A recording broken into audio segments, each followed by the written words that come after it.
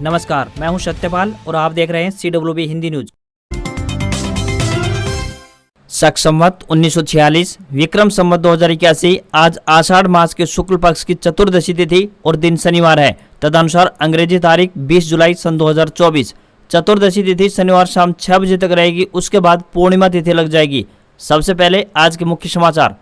हरियाणा में सब इंस्पेक्टरों की नौकरी खतरे में, बोनस अंकों से भर्ती करने पर भड़के युवा, हाईकोर्ट का सरकार को जारी नोटिस।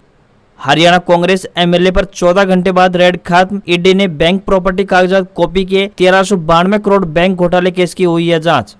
इलेक्टोरल बॉन्ड पर सुप्रीम कोर्ट में 22 जुलाई को सुनवाई। याचिकाकर्ता की मांग, कोर्ट की निगरानी में एसआईटी जांच हो, पार्टियों से पैसे वसूले जाएं। बांग्लादेश में आरक्षण के खिलाफ हिंसा, 39 की मौत। प्रदर्शनकारियों ने गाड़ियां फूकी, सरकारी चैनल में आग लगाई। 300 लोग भारत पहुंचे। शंभू बॉर्डर न खोले जाने को लेकर हाईकोर्ट ने अपनाया सख्त रुख। हरियाणा सरकार को भेजा नोटिस। 2 से 4 अगस्त के बीच हो सकता है हरियाणा एसएससी ग्रुप सी का पेपर। आयोग ने शुरू की तैयारियां, बताएंगे पूरी update. Women's Asia cup, Bharat की पाकिस्तान पर बड़ी जीत। टीम इंडिया ने पहले ही मुकाबले में अपने सबसे बड़े राइवल पाकिस्तान को 7 विकेट से हराया। और एक सॉफ्टवेयर अपडेट और 15 घंटे माइक्रोसॉफ्ट की सर्विस ठप। दुनिया भर में 1400 flight cancel. Bank, stock market पर भी असर पड़ा। ब्रिटेन में टीवी चैनल का प्रसारण रुका। बैंकों से लेकर टीवी सेवाएं हुई प्रभावित। और अब खबरें विस्तार से। हरियाणा में मानसूनी हवाओं की सक्रियता एक बार फिर से देखी जा रही है। गुरुवार को प्रदेश के 10 जिलों में बारिश हुई। मानसून के बावजूद उमस और गर्मी ने लोगों को परेशानी बढ़ाने का काम किया। बारिश के बाद निकली धूप से तापमान में बढ़ोतरी दर्ज की गई। बात करें यदि सिरसा जिले की, तो यहाँ का अधिकतम तापमान 40.6 डिग्री सेल्सियस पर पहुंच गया, जो कि प्रदेश में सबसे अधिक है। मौसम विभाग से प्राप्त जानकारी के अनुसार प्रदेश के अलग अलग जिलों में अगले 4 दिनों तक बारिश की संभावना बनी हुई है। साथ ही 21 और 22 जुलाई को पूरे प्रदेश में बरसात की संभावना है। विभाग से प्राप्त जानकारी के अनुसार बता दें कि आने वाले दिनों में बारिश के चलते तापमान में गिरावट देखने को मिल सकती है। श्री गुरु गोबिंद सिंह कॉलेज चंडीगढ़ में वरिष्ठ लैब अटेंडेंट के पदों पर भर्ती के लिए आवेदन मांगे गए हैं। जो भी उम्मीदवार इन पदों के लिए इच्छुक हैं, वे अपने आवेदन ऑफलाइन माध्यम से भेज सकते हैं। महिला व पुरुष दोनों वर्गों के लिए उम्मीदवार आवेदन कर पाएंगे। आवेदक विज्ञान सहित 12वीं पास हो व कंप्यूटर का कम से कम 80 घंटे का कोर्स होना चाहिए। आवेदन करने की आखिरी तारीख की बात करें तो 16 अगस्त 2024 है। न्यूनतम आयु 18 वर्ष और अधिकतम आयु के बारे में कोई जानकारी नहीं दी गई है। उम्मीदवारों से विनम्र निवेदन है कि भर्ती के लिए आवेदन करने से पहले आधिकारिक विज्ञापन अवश्य देख लें। हरियाणा की रोहतक लोकसभा सीट से कांग्रेस सांसद दीपेंद्र हुड्डा शुक्रवार को सोनीपत में किसानों के रंग में रंगे दिखाई दिए। वह हरियाणा मांगे हिसाब अभियान के तहत बड़ौदा हल्के में पदयात्रा पर थे। इसी बीच अचानक वह गंगाना गांव के खेत में पहुंच गए और धान की रोपाई के लिए ट्रैक्टर चलाया। इसके बाद दीपेंद्र हुड्डा ट्यूबवेल के पास पहुंचे। यहाँ पानी चलता देख उन्होंने कपड़े उतारे और नहाने लगे। उनके साथ विधायक इंदुराज नरवाल और सोनीपत से सांसद सतपाल ब्रह्मचारी भी थे। 1 साल पहले कांग्रेस नेता राहुल गांधी भी बड़ौदा हल्के के मदीना गाँव में ट्रैक्टर चला चुके हैं। दीपेंद्र हुड्डा की पदयात्रा शुक्रवार को बुटाना से शुरू हुई थी। यात्रा गंगाना गांव में खत्म हुई। इसी बीच दीपेंद्र हुड्डा बड़ौदा हल्के के गांव में ग्रामीणों से भी मिले। दीपेंद्र ने कहा कि उन्होंने भाजपा से 15 सवाल पूछे हैं। इसमें पूरी पार्टी तिलमिलाई हुई है। बेरोजगारी कितनी बढ़ी है, इसका कोई जवाब भाजपा सरकार के पास नहीं है। गुजरात सरकार में कोई पोर्टल नहीं है, तो हरियाणा सरकार में पोर्टल के माध्यम से गरीब आदमी को क्यों परेशान किया गया? किसानों, कर्मचारियों, छात्र व महिला खिलाड़ियों पर 10 साल में क्यों अत्याचार किया गया? इसका जवाब भी भाजपा ही नहीं दे पा रहे हैं। हरियाणा में 465 सब इंस्पेक्टरों यानी एसआई की नौकरियों पर अब तलवार लटक गई है। पंजाब हरियाणा हाईकोर्ट ने हरियाणा सरकार और अन्य को नोटिस जारी कर जवाब मांगा है। सरकार के खिलाफ शिकायत है कि 400 पुरुष व 65 महिला एसआई की नियुक्ति का परिणाम सामाजिक व आर्थिक आधार पर अंकों का लाभ देकर जारी किया गया और उन्हें नियुक्ति दी गई। सरकार के इस फैसले को हाईकोर्ट में चुनौती दी गई है। बता दें कि हरियाणा में 400 पुरुष व 65 महिला सब इंस्पेक्टरों के पदों के लिए साल 2021 में आवेदन मांगे गए थे। इसके साथ ही यह भी बताया गया कि हाल ही में सीटी के तहत हो रही ग्रुप सी व ग्रुप डी की भर्तियों में भी हाईकोर्ट इन अंकों के लाभ को असंवैधानिक करार दे चुका है। यदि इन अंकों को हटाकर मेरिट लिस्ट जारी की जाती है तो याचिकाकर्ता का नाम भी लिस्ट में आ सकता है।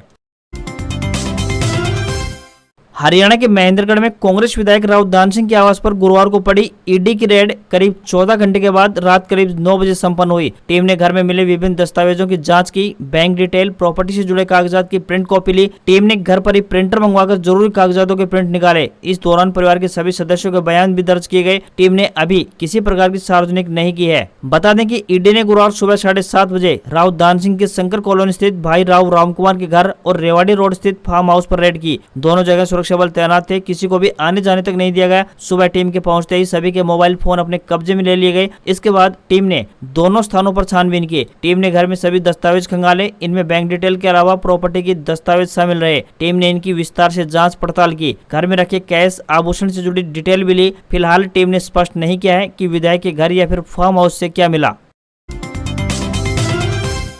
हरियाणा के करनाल के गांधी चौक स्थित कृषि एवं किसान कल्याण विभाग यानी डीडीए के कार्यालय पर सीएम फ्लाइंग टीम ने छापेमारी की। सीएम फ्लाइंग टीम ने विभागीय कार्यालय की व्यवस्थाओं का जायजा लिया। टीम की छापेमारी से अधिकारियों और कर्मचारियों में हड़कंप मच गया। छापेमारी के दौरान टीम ने किसान सम्मान निधि योजना, सीधी बिजाई पर किसानों को दी जाने वाली प्रोत्साहन राशि समेत अन्य सरकारी योजनाओं की रिकॉर्ड की जाँच की। सीएम फ्लाइंग टीम को कृषि एवं किसान कल्याण विभाग में अनियमितताओं की शिकायतें मिली थी। इसके बाद टीम ने शुक्रवार को करनाल, यमुनानगर समेत अन्य जिलों में भी छापेमारी की। टीम के जाते ही हाजिरी रजिस्टर जब्त कर लिया गया और सभी कर्मचारियों के फोन स्विच ऑफ करवाकर अपने कब्जे में ले लिए गए ताकि वे अनुपस्थित कर्मचारियों को फोन न कर सकें। टीम ने पहुंचते ही सभी कर्मचारियों और अधिकारियों से विभाग द्वारा किसानों के लिए चलाई जा रही योजनाओं की जानकारी ली।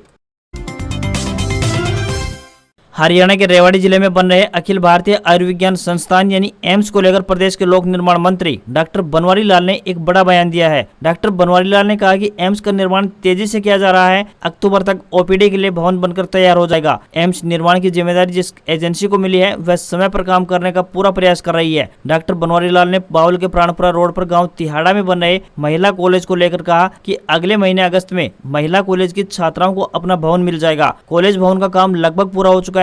निर्माण पूरा होते ही स्टाफ व छात्राओं को नए भवन में शिफ्ट कर दिया जाएगा। बता दें कि विधानसभा चुनाव को देखते हुए रेवाड़ी जिले में चल रहे विकास कार्यों ने गति पकड़ ली है। बता दें कि इसी साल 16 फरवरी को प्रधानमंत्री नरेंद्र मोदी ने एम्स का शिलान्यास किया था। केंद्रीय गृह मंत्री अमित शाह 16 जुलाई को हरियाणा के महेंद्रगढ़ में पिछड़ा वर्ग सम्मेलन में आए थे, जहां केंद्रीय गृह मंत्री ने हरियाणा के पूर्व सीएम भूपेंद्र सिंह हुड्डा पर सरकार के हिसाब देने को लेकर बयान दिया था, जिसको लेकर भूपेंद्र हुड्डा ने सोशल मीडिया पर एक पोस्ट डालकर इसका जवाब दिया है। सोशल मीडिया पोस्ट में भूपेंद्र हुड्डा ने लिखा, गैर की महफिल में मेरे चर्चे हैं, सियासत के गलियारों में बस मेरे ही फंसाने हैं। वो कुर्सी के लिए खेलते हैं गंदे खेल हर रोज और मेरे नाम से उनके सारे बहाने हैं। भूपेंद्र हुड्डा ने इस पोस्ट में एक वीडियो लगा रखा है जिसमें पंजाबी सिंगर सिद्धू मूसेवाला का मेरा नाम गाना चल रहा है। पिछड़ा वर्ग सम्मेलन में केंद्रीय गृह मंत्री अमित शाह ने कहा था कि कांग्रेस ने विकास के नाम पर कुछ नहीं किया। भाजपा सरकार ने हर गरीब को घर, गैस, बिजली, शौचालय, 5 लाख रुपए तक मुफ्त इलाज, 5 किलो मुफ्त अनाज देने का काम किया है। साथ ही गृह मंत्री ने कहा था कि हुड्डा साहब ने कल घोषणा की है कि कांग्रेस हिसाब मांगेंगे। हुड्डा साहब, मैं हिसाब लेकर आया हूँ और यहाँ से चुनौती देता हूँ कि मैं अपने 10 साल और आपके 10 साल का हिसाब लेकर जनता के बीच जाऊंगा। हुड्डा साहब सुन लेना, मैं बनिया का बेटा हूँ, पाई पाई का हिसाब लेकर आया हूँ। गृह मंत्री अमित शाह ने कहा था कि आपने 10 साल में ऊपर से नीचे तक हरियाणा को सिर्फ 41,000 करोड़ रुपए दिए हैं, जबकि नरेंद्र मोदी और मनोहर लाल की सरकार 10 साल चली और 269 लाख करोड़ रुपए देने का काम किया। हमने आपसे 6 गुना ज्यादा पैसा हरियाणा को देने का काम किया है। उत्तर प्रदेश के कई जिलों में लगभग एक हफ्ते से बाढ़ के हालात बने हुए हैं। बाढ़ का सबसे अधिक असर गोरखपुर में है। यहाँ राप्ती नदी खतरे के निशान से ऊपर बह रही है। अब तक 55 से ज्यादा गांव डूब चुके हैं। एनडीआरएफ, एसडीआरएफ और पीएसी की टीमें 100 नावें लगाकर राहत बचाव के काम में जुटी हुई हैं। गंगा नदी भी उफान पर है। वाराणसी में गंगा में 30 घाट डूब चुके हैं। दशाश्वमेध घाट के गंगा आरती स्थल तक पानी पहुंच गया है। 80 घाट की पुरानी आरती स्थल की जगह बदल दी गई है। आरती 4 फीट पीछे होगी। उधर बिहार के नेपाल से सटे इलाकों में भी बाढ़ की स्थिति बनी हुई है। मौसम विभाग ने 13 राज्यों में भारी बारिश का अलर्ट जारी कर रखा है। मौसम विभाग ने 20 जुलाई को विदर्भ, महाराष्ट्र, छत्तीसगढ़, गोवा, मध्य महाराष्ट्र, ओडिशा, तेलंगाना, मध्य प्रदेश, गुजरात, कर्नाटक में बहुत भारी बारिश का अलर्ट जारी किया है। आईएमडी के अनुसार माने तो 20 जुलाई को हिमाचल प्रदेश, उत्तराखंड, राजस्थान, पूर्वी मध्य प्रदेश, गंगेय पश्चिम बंगाल, अरुणाचल प्रदेश, असम, मणिपुर, मेघालय, नागालैंड, मिजोरम, त्रिपुरा व केरल में भारी बारिश की चेतावनी दी है। हरियाणा में लोकसभा चुनाव में जबरदस्त प्रदर्शन करने वाली कांग्रेस पार्टी की अंदरूनी कलह फिर से जगजाहिर हो रही है। विधानसभा चुनाव से ठीक पहले हरियाणा कांग्रेस पार्टी पर गुटबाजी हावी होने लगी है। एक तरफ जहां कांग्रेस महासचिव और सिरसा लोकसभा क्षेत्र से सांसद कुमारी शैलजा पदयात्रा निकालने की तैयारी कर रही है, तो वहीं दूसरी ओर पूर्व मुख्यमंत्री भूपेंद्र सिंह हुड्डा ने भी हरियाणा मांगी हिसाब यात्रा का आगाज कर दिया है। खास बात यह है कि दोनों यात्राओं की घोषणा में महज 3 दिन का अंतर है। हालांकि हरियाणा कांग्रेस में ऐसा पहली बार नहीं हो रहा है। इससे पहले भी जनवरी महीने में भी हरियाणा कांग्रेस एक समय में 2 अलग अलग कार्यक्रम आयोजित कर चुकी है, जिसकी अगुवाई शैलजा और हुड्डा कर रहे थे। हरियाणा पंजाब सीमा पर स्थित शंभू बॉर्डर न खोले जाने को लेकर हाईकोर्ट ने सख्त रुख अपनाया है। याचिकाकर्ता एवं अधिवक्ता उदय प्रताप सिंह की तरफ से हरियाणा के मुख्य सचिव को इस विषय में अवमानना नोटिस भेज दिया गया है। बता दें कि 10 जुलाई को जनहित याचिका की सुनवाई करते हुए पंजाब एवं हरियाणा हाईकोर्ट ने आदेश दिया था कि सरकार एक सप्ताह के अंदर अंदर यानी कि 17 जुलाई तक राष्ट्रीय राजमार्ग पर की गई बैरिकेडिंग को हटा ले। यदि हाईकोर्ट के शंभू बॉर्डर खोले जाने के आदेशों का 15 दिन में पालन नहीं होता है तो संबंधित अधिकारियों के खिलाफ हाईकोर्ट में अवमानना की कार्रवाई शुरू कर दी जाएगी। ये नोटिस इसलिए जारी किया गया है क्योंकि हाईकोर्ट के आदेशों पर सुप्रीम कोर्ट द्वारा ना तो कोई बदलाव किया गया है और ना ही कोई रोक लगाई गई है। ऐसे में राज्य सरकार को इसे मानना ही होगा। हरियाणा कर्मचारी चयन आयोग यानी HSSC ग्रुप सी के ग्रुप 1, 2, 56 और 57 का पेपर लेने की तैयारी पूरी कर चुका है। इन ग्रुपों का पेपर 2 से 4 अगस्त तक लिए जाने की पूरी संभावना बन रही है। इसके लिए आयोग ने तैयारी शुरू कर दिया है। विशेष बात यह है कि इस बार आयोग शॉर्टलिस्ट करने से पहले उम्मीदवारों के प्रमाण पत्रों की जाँच कर रहा है। इससे पहले यह आग्रह किया गया था कि अगर उम्मीदवार बिना वेरिफिकेशन शॉर्टलिस्ट कर लिए गए और बाद में किसी उम्मीदवार का प्रमाण पत्र सही नहीं निकला तो कोई योग्य पात्र उम्मीदवार परीक्षा से वंचित रह जाएगा, जिसकी भरपाई नहीं हो पाएगी। ऐसे में आयोग ने अब दस्तावेज जांचने का काम शुरू कर रखा है। पुलिस भर्ती के लिए नॉलेज टेस्ट अगस्त के तीसरे हफ्ते में संभव हो सकता है, तो वहीं पुरुष उम्मीदवारों के लिए PMT चल रहा है, जिसके बाद महिला उम्मीदवारों का PMT होगा।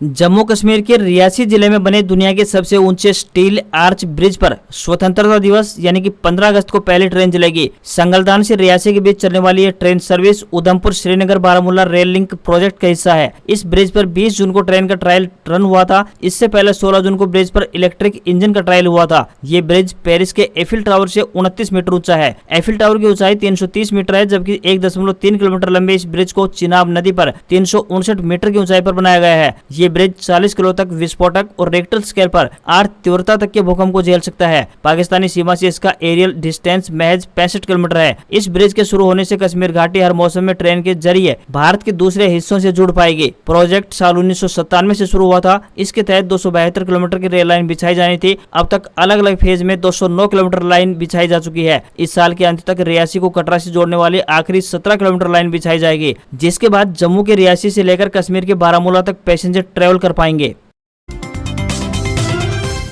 हरियाणा में खिलाड़ियों के लिए कई विभागों में ग्रुप सी के 447 पदों पर 9 मार्च को भर्ती निकाली गई थी। अब हरियाणा कर्मचारी चयन आयोग यानी HSSC ने इस भर्ती को रद्द कर दिया है। ऐसे में अब खेल कोटे के तहत आउटस्टैंडिंग स्पोर्ट्स पर्सन यानी OSP और एलिजिबिलिटी स्पोर्ट्स पर्सन यानी ESP के लिए फिर से आवेदन मांगे जाएंगे। वहीं प्रदेश सरकार ने सभी विभागों से तृतीय श्रेणी के खाली पदों की जानकारी मांगी है ताकि इन पर नियुक्तियां हो सके। मुख्य सचिव TVSN प्रसाद ने सभी विभागाध्यक्षों को निर्देशित किया है कि जिन विभागों में ग्रुप सी के पदों पर भर्ती के लिए औपचारिक मांग अपलोड नहीं की है वे तत्काल रूप से हरियाणा कर्मचारी चयन आयोग के पोर्टल पर मांग अपलोड करें। इसके बाद आगे की प्रक्रिया शुरू की जाएगी।